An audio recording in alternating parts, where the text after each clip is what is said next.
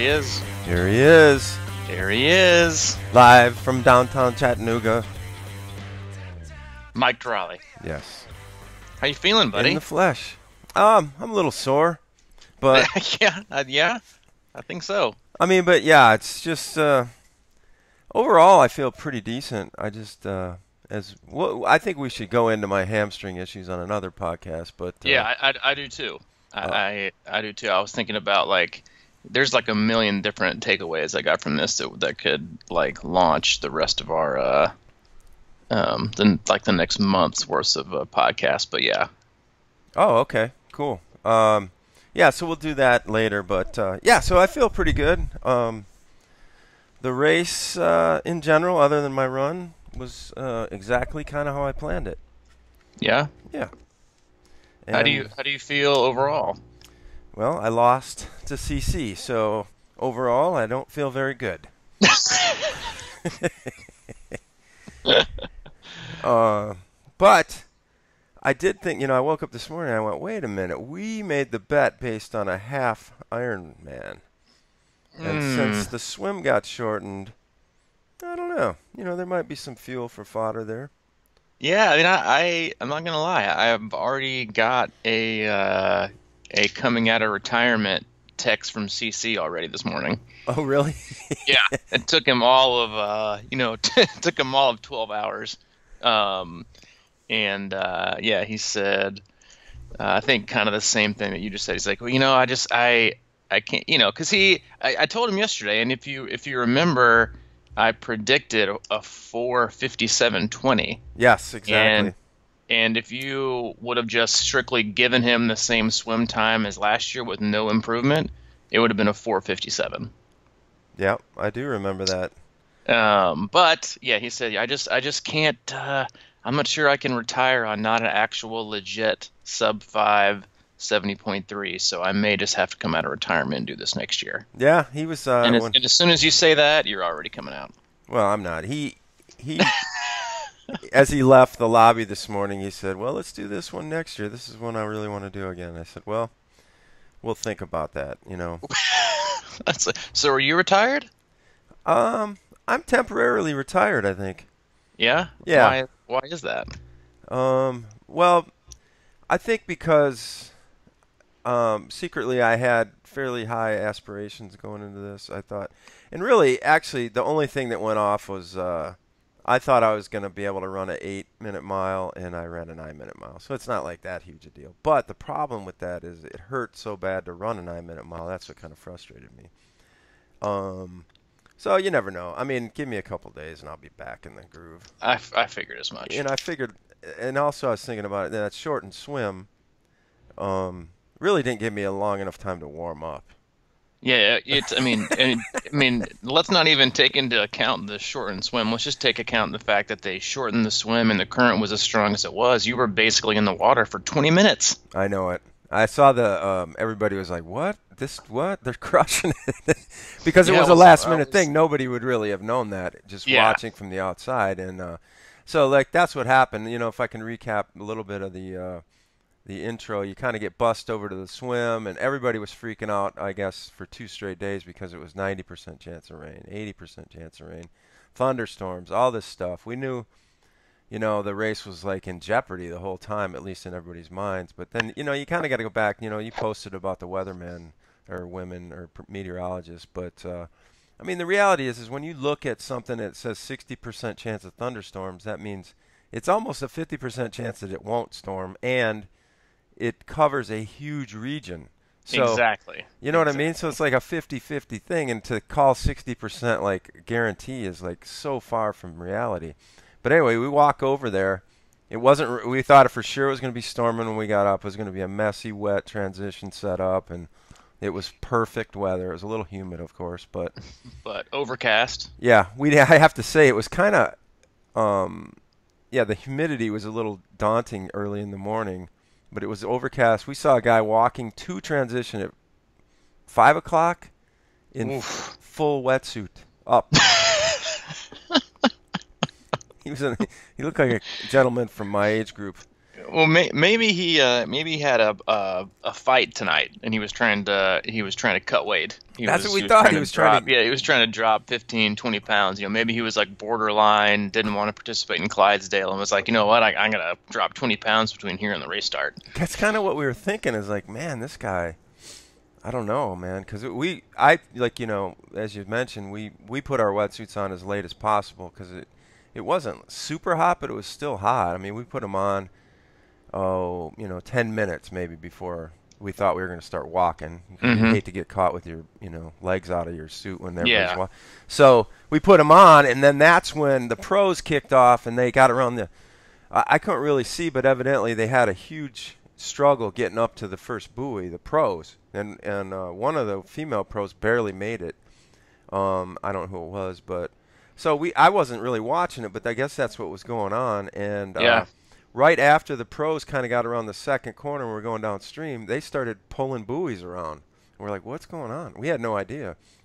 And evidently they had made up their mind beforehand because of the storms. They wanted people out of the water as quick as possible to hopefully get it in before the bike, got wrecked or whatever. Yeah.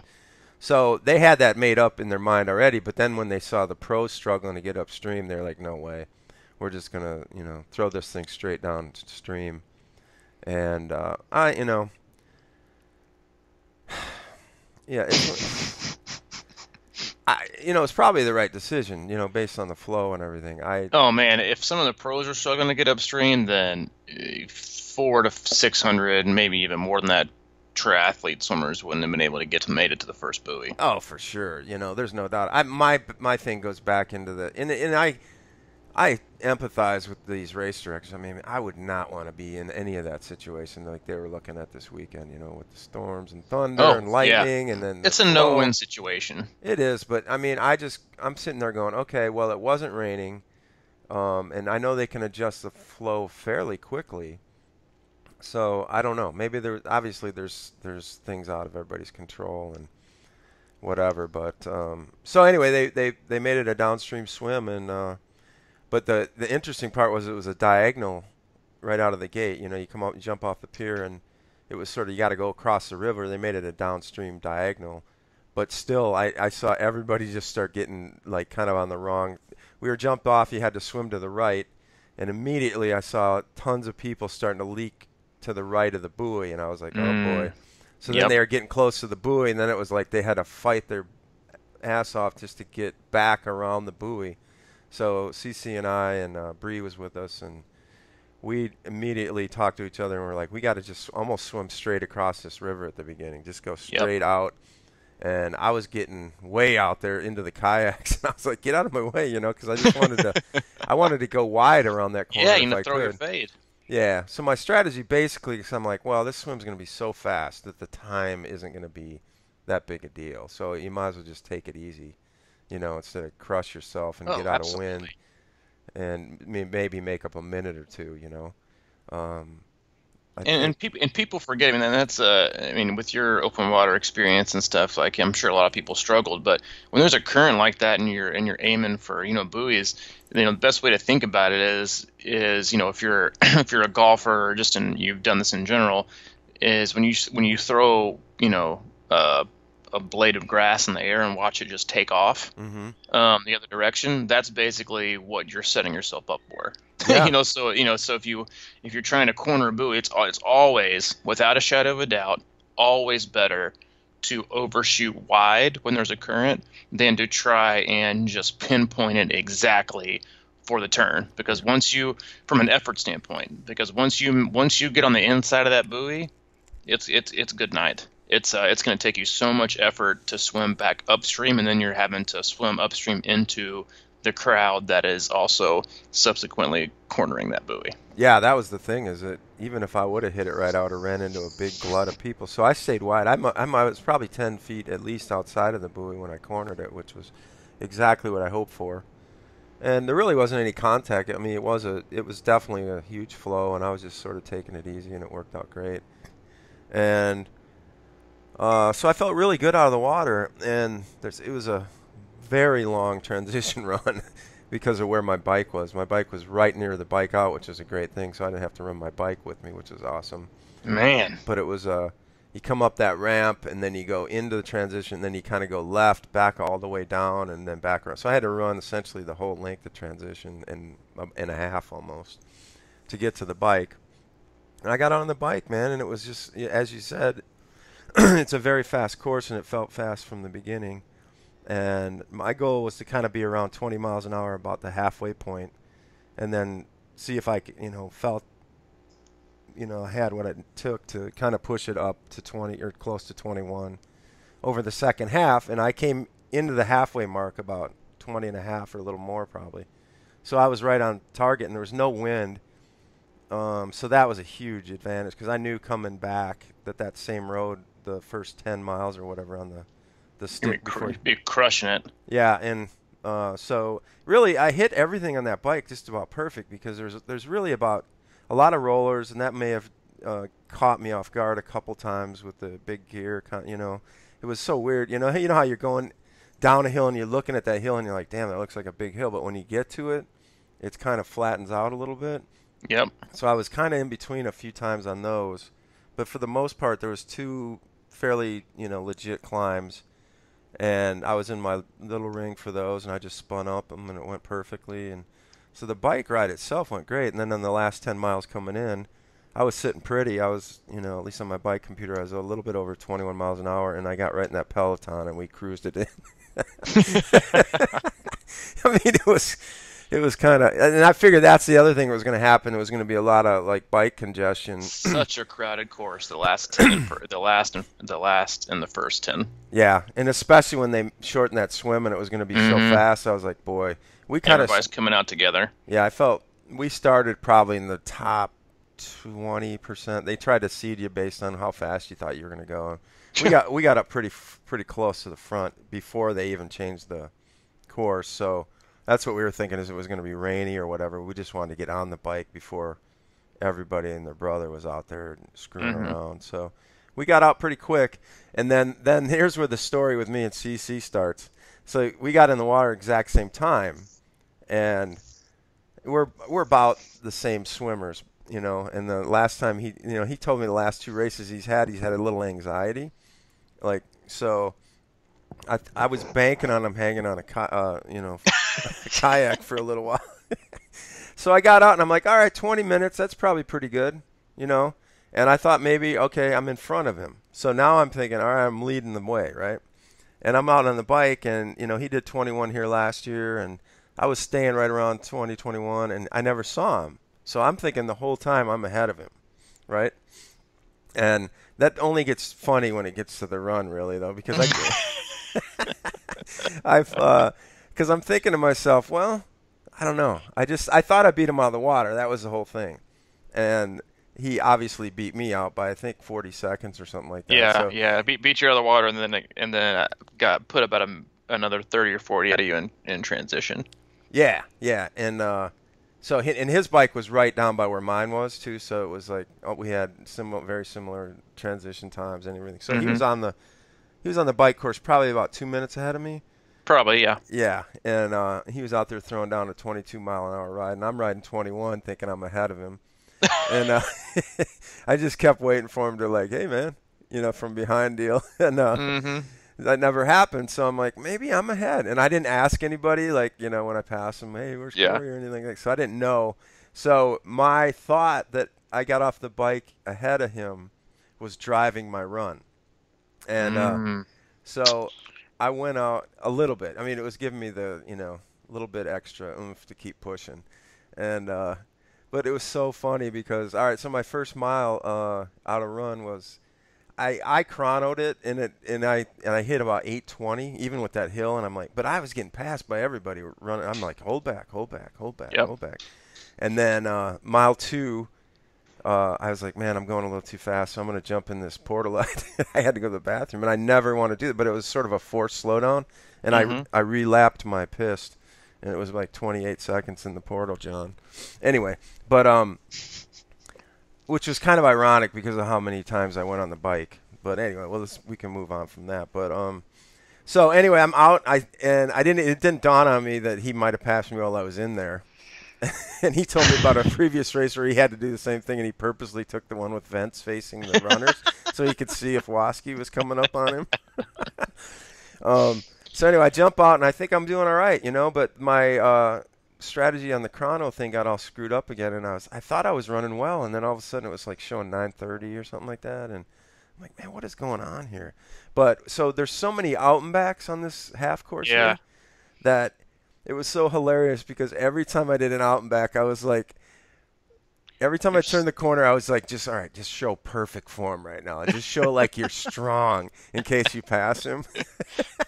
And then like there were some times when I was kind of trying to hide, like be nondiscreet or run behind somebody so he wouldn't see me and I was looking for him the whole time, thinking he was behind me, but he was like, I don't know, 25 minutes ahead of me because I got into the final. I ran it home and I had this weird feeling like he might be right behind me. So I kind of got my medal and I started looking down the chute going, all right, buddy, come on in, bring it in.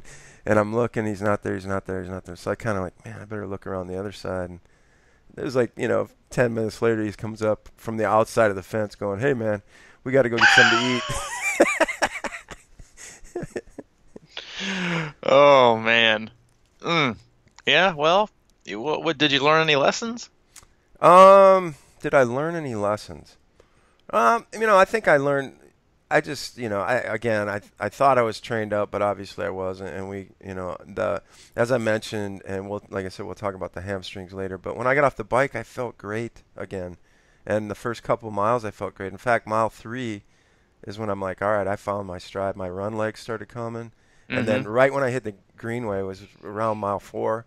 That's when I just started feeling weak in my hamstrings again. And I just couldn't get my speed going. I felt fine. I felt great. In fact, I actually slept probably better than I ever have before a race. I had everything going.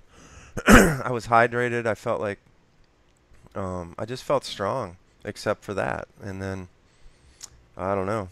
And it came back occasionally during the run. I like a couple, short quarter-mile stretches or whatever. I was like, I think I got it, and then it would just leak again. Yeah. So I do have a confession to make. I actually walked about 37 steps, all in the aid stations, though. Hello. Asterisk. Asterisk, yeah. No, I mean, I've never had a issue with that, really. But but it was hard, man. I gotta say, I was like, there's that steep hill coming out of the greenway. Yes. And I mean, if you're gonna walk, it's actually strategically a very smart decision. I know it, and I thought that too. But I was like, there's gonna be somebody out here videotaping me. And I mean, I seriously think I could have walked faster up that hill, but I did not. But I just forced it through, and it was painful as ever the last 4 or 5 miles. But I made it, and it was just that's the only disappointing thing is that you always, maybe it is just something I'm doing on the bike, but I didn't have that same feeling at Wisconsin last year. It was just an Ironman run. I didn't crush it or anything, but I didn't have that same hamstring problem. Yeah. So we'll have to figure out what that is because it would have been nice to be able to run. Lessons, I don't know. You think you undercooked the bike? Oh, that's which is really always almost impossible to say. But do you think instead of going by feel, you think you had already married yourself to this preconceived mile an hour, and so you thought that was just kind of what you're going to stick to, when in reality maybe you could have gone a half mile an hour faster and still felt just the same? We kind of talked about that for a second, and I think that if I would have come off that bike, I think I could have, still ran a 9-minute pace. So the question is, yes, I think I would have loved to have seen my power, kind of have that kind of worked out. So that may be a thing I look into because I did feel solid. I never really felt like I was pinching my legs. I never felt like that quad strain or anything like that. And it was always just, pretty solid, comfortable ride. It was probably my easiest, half for sure. I mean, I did Muncie, I think, in 21 and a half, and that one really hurt, I remember. Um, just because I was really pushing to get it, and I didn't feel like I was pushing to hold this 21 at all. So I think the answer to that is yes, maybe. I think I could have. I mean, and it's obvious because so many people were in that. I mean, there's like 23, 24 mile an hour range, and it's like. Yeah. And another thing is, in my age group, 50, 54, I averaged 21 miles an hour on the bike. I think I was like 68th on the bike in my age group. Ooh, so that's one of your lower over age group placings on the bike. For sure. So that's another maybe indicator. Because I don't know. But then again, I'm like, all right, well, this is fine because if I can just run that thing and maybe pull a rabbit out of my hat, but that didn't come. So, well, what a day! Yeah, and we had some good performances out there. Yeah, we had. I mean, we had some great performances overall. I mean, I was really actually very overall pretty pleased with everyone. There's always, as a coach, there's always different takeaways from each athlete. And I think the one that I'm the most proud of would be the number 742, and that is the total number of people passed on the run by the 5 athletes that we had there. Wow, that's good. Not a single athlete that I coached that did that race lost places on the run. Everybody moved up, which is, a lot of people you see they'll move down on the run because they overbiked. So I was really happy to see every single person got off the bike in a place to where they actually moved up and passed people on the run. So I was really happy about that. I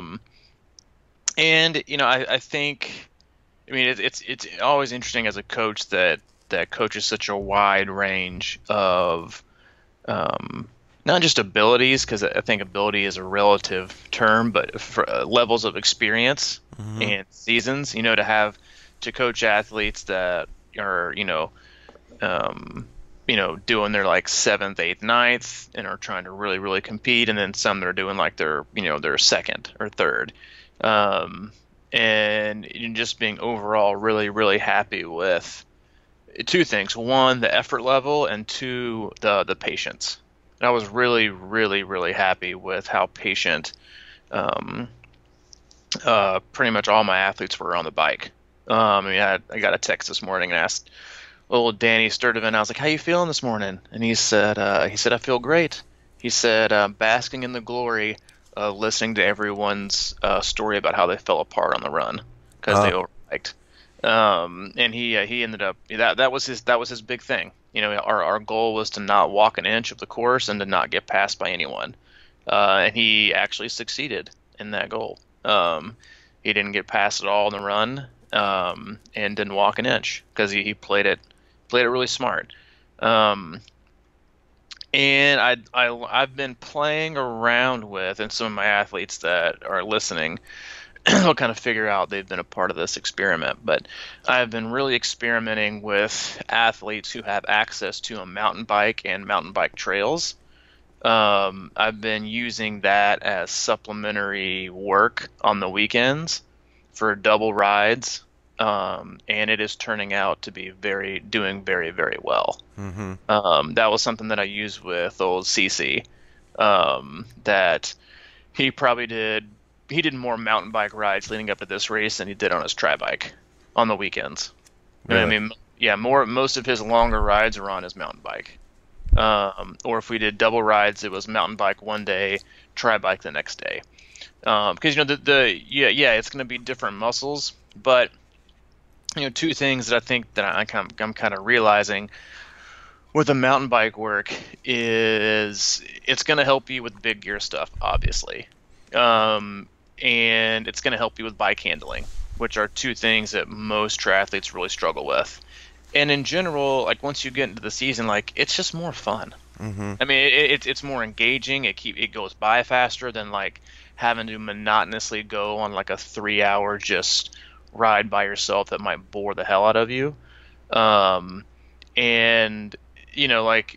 I waited and waited and waited, but yeah, I mean he did more rides on his mountain bike that were longer than he did on his tri bike. I mean, obviously during the week we would do some stuff on the trainer, um, but that's kind of, I did that, and I think and he wasn't able to run that much. He went through about a 4 to 5 week span where he wasn't able to run that much because of coming off some plantar fasciitis from his marathon. And so I also think that the extra big gear and torque work helped out with his musculature for the run. That he was able to, prepare and still be able to um, hold form considering his lack of running. And I've been using that with a couple other athletes who have, I'm not prescribing it for someone who doesn't have a mountain bike and doesn't have, very easy access to a actual hilly mountain bike trail, because then it just takes just a ton of time. Load up your mountain bike, go find, a trail. But I think that worked really well. His bike improved a lot, and I think he ran well, more because of the mountain bike work than anything else. Mm-hmm.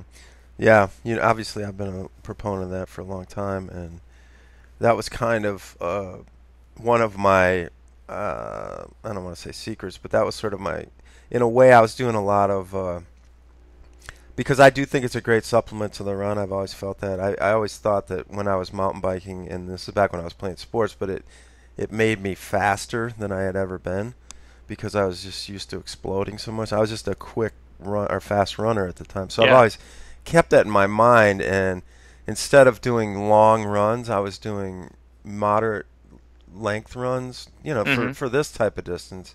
And I would get off that and then ride the mountain bike and do like hills and stuff like that as kind of a supplement to the run without the pounding. Yeah. As much pounding. So that was kind of one of the things I thought I had in the back pocket. And I have basically, back to when, remember I came off that road trip and I hadn't been working out as much as I wanted. And that's when I started documenting my workouts and things like that. And I'm going to compile that and all my thoughts and stuff like that, put it into a document. And I want to send that over to you when I get it. And then maybe we can kind of look at what I did and what my, where I screwed up or what's good, what's bad or whatever. We can maybe publish that and let, if it's interesting, maybe some other people can read it or whatever. Because that was my intention, was that I had this idea that I was going to be like, all right, I'm kind of concocting these ideas and different strategies like that or whatever, and all these, a lot of it was based on what you've told me, and just like I would modify and tweak it and kind of see if it was going to be something that worthy. And I just was kind of thinking that, wow, if I could do because I was shooting to go try and nail my best race here, and through, I don't know, I guess it was probably less than 8 weeks of really going after it. And I thought that might be interesting to see, but since I didn't have my best race, then it's not as powerful, but it could be interesting to look back at and see. Well, I mean, I think it could, it doesn't necessarily have to be powerful within the moment. It can be powerful for the next time you try and do this. Mm-hmm. If you're like we talked about before, like if you're willing to do a legitimate analysis of what got you to this point, what worked and what didn't, and a lot of times it's what works, you just didn't do enough of it. Mm-hmm. Or you because I think everybody, this goes in like multiple aspects of life, as we have these great ideas and then we just fail to put them into practice. Right. For whatever reason. It's very common. I do it. Everybody does it. But it's also why it's always good to look back and think, all right, well, this worked, this didn't work. What led to this? What didn't lead to this? And that's so much of what coaching is too, is looking back on what worked, what didn't work, what did we do enough of, what did we not do enough of. And the great thing about it is that it's May. Mm-hmm. There is so much time left in the season, whether this is your big race of the year, whether it's your only race of the year, or whether it's like just the beginning of what's next. Right. Like of the people I had racing yesterday, like, you're kind of, to be determined. CC is probably going to do some just kind of extracurricular endurance activities. Then I got two other ones that are their big event is their first full, and then another one who's going to do Muncie here in like 7 weeks. And so this is like one of my favorite weeks of coaching because the week leading up to a race is always like the most nerve-wracking. I'm more of a life coach than I am in psychologist than I am an actual like triathlon coach. But now it's like fun to look back and like, hey, what worked, what didn't work, get good feedback, and then decide like as a team, where do we think we need to go next? I think we touched on that before when we had Steve Magnus on. That one of the biggest benefits of having a coach is that it's a we thing. Let's sit down and figure out how we can get better and where we did things right, or maybe where I can, do things better. And then it's like any other relationship. You intermittently sit down and figure out, all right, what are we doing right? What are we doing wrong? And how can we get better? And if you can do that without doing it alone and doing it without any kind of objective outside opinion or somebody that's invested as your coach should be, then I think your chances of success are just that much greater. And so it is May, and if you race Chattanooga or you had any other race, it's May. We're literally not even halfway through the year yet, and so don't cash in all your chips. Take you played your hand yesterday like so many others did. And now it's time to look back. All right, well, where did I play my cards right here? Did I take a draw where I shouldn't have? Did I take a risk? Did I not take a risk? Should I have taken a risk?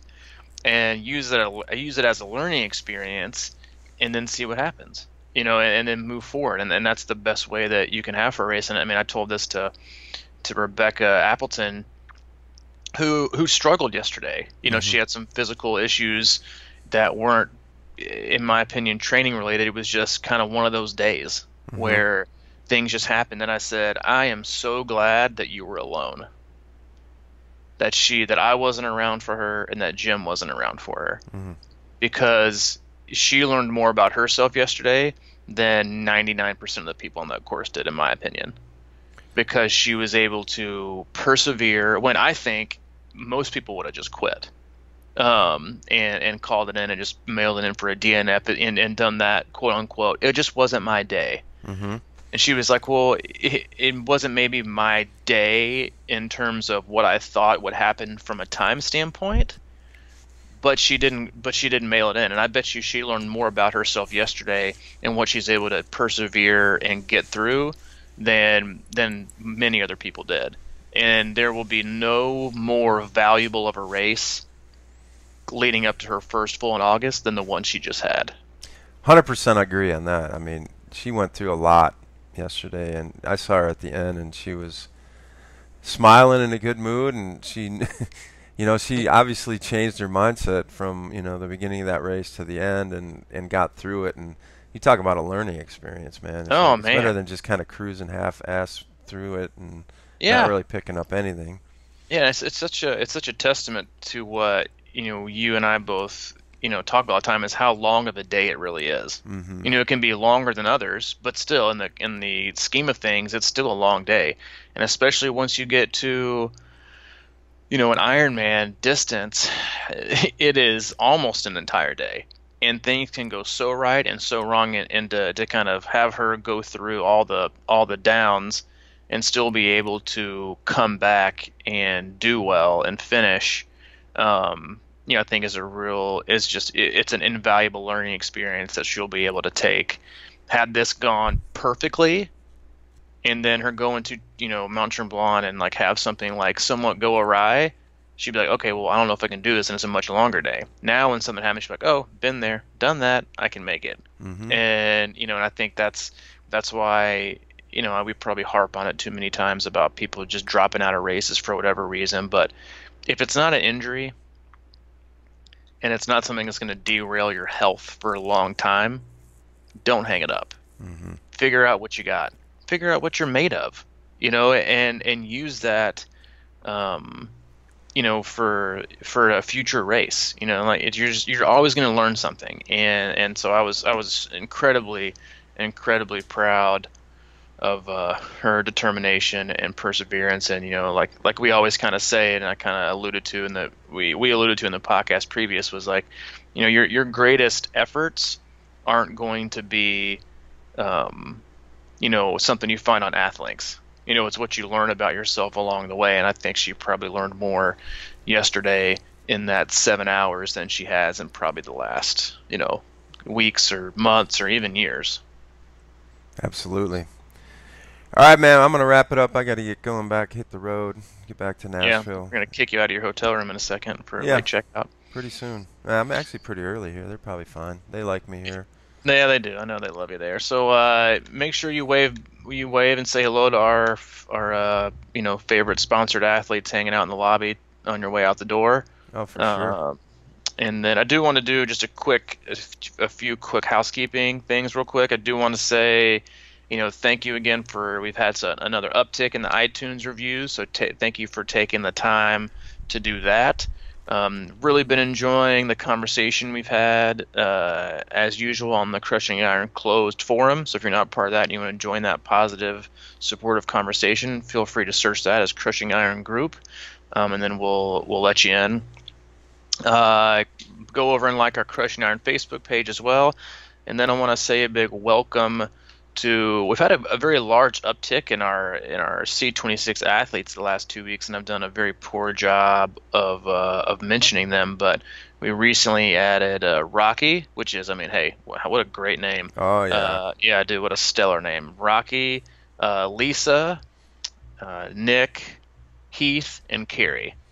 Wow. All here in the last 2 weeks. So I am very close to being at my max for that. So thank you for that. And then we talked about this earlier in the year. I've had a few emails, a couple text messages, and people I've talked to about this earlier in the year. But if you are in any way interested in having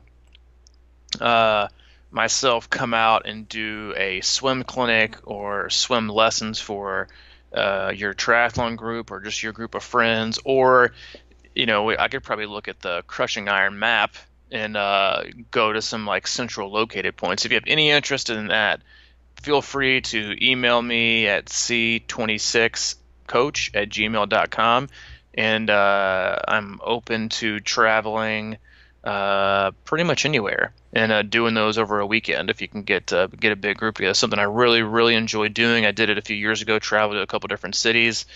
I know Minnesota, Indiana, and then Knoxville, Tennessee are on the list on the current request list. So if you want me to come out, I would be more than happy to. It's literally my favorite thing to do on this planet is do swim clinics. So hit me up. That sounds great, man. And I guess I have to formally congratulate CC for taking me down in the limelight. But I'm proud of him. He's strong. We had a great time hanging out. It was good catching up with him. Always nice to spend quality time. We didn't go crazy with big groups, and we just spent a lot of good time together. And frankly, I learned a lot from him this weekend. Yeah. Oh yeah. What'd you learn? I learned just one thing, teaser. It's just good to be a solid guy. True. Very, very true. And he's got it going. So I was proud that he was sporting his Crushing Iron T-shirt, and he crushed iron. He did the deal.